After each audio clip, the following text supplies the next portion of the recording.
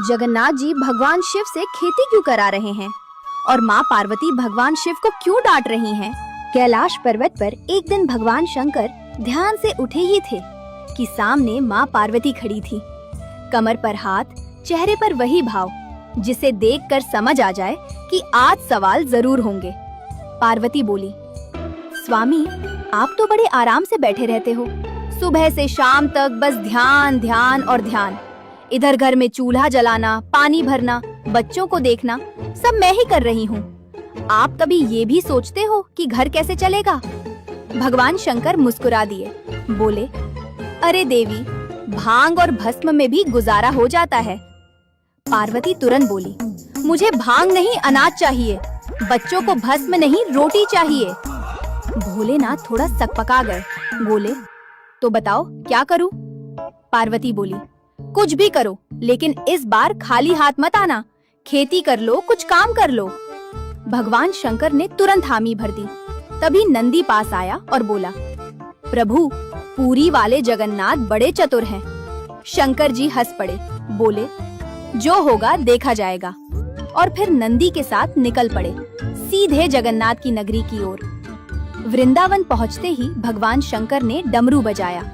डमरू की आवाज गली गली घूम गई। उधर जगन्नाथ घर में बैठे माखन खा रहे थे।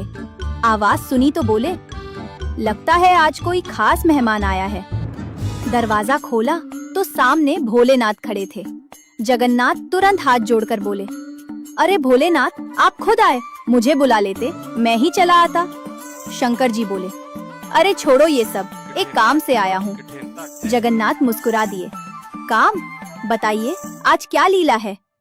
शंकर जी बोले, पार्वती ने कहा है कुछ कमा कर लाओ, तो सोचा तुम्हारे खेत में खेती कर लूं।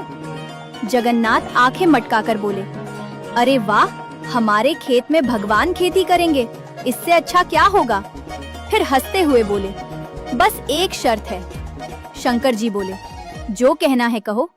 जगन्नाथ बोले, खेती में जो भी आप कहोगे मैं वही बोलूंगा, लेकिन ऊपर की फसल मेरी। भोलेनाथ बोले, ठीक है, मंजूर।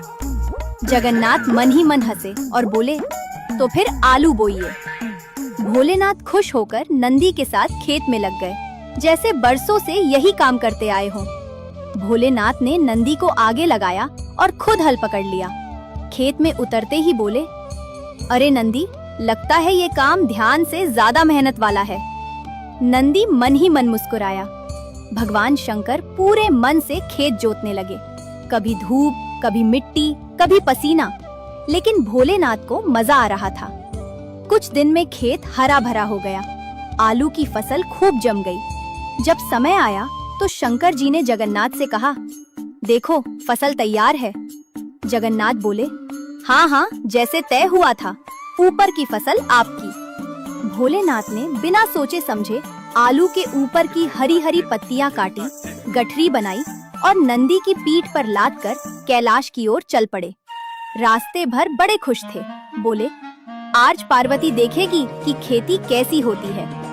कैलाश पहुंचकर उन्होंने बड़ी खुशी से गठरी माँ पार्वती को पकड़ा दी। पार्वती ने जैसे ही गठरी खोली, अंदर सिर्फ पत्ते ही पत्ते निकले। वो हैरान रह गई, बोली, स्वामी, ये क्या है? इसमें खाने को क्या है? भोलेनाथ बोले, मैंने तो वही किया जो तय हुआ था, ऊपर की फसल लेकर आया हूँ। पार्वती ने माथा पकड़ लिया। माँ पार्वती ने पत्तों की गठरी एक तरफ रखी और बोली, स्वामी, इन पत्तों का मैं क्या करूँ? न सब्जी बने न रोटी। भोलेनाथ थोड़ा सोच में पड़ गए। बोले, तो अब क्या करूँ? पार्वती बोली, दोबारा जाओ और इस बार नीचे की फसल मांगना। भोलेनाथ ने सिर हिलाया, ठीक है। नंदी फिर से उनके साथ चल पड़ा। रास्ते में नंदी बोला, प्रभु, मैंने कहा था ना, जगन्नाथ सीधा खेल नहीं खेलते। शंकर जी हंस पड़े, अब की बार देखना, मैं भी समझदारी से बोलूंगा।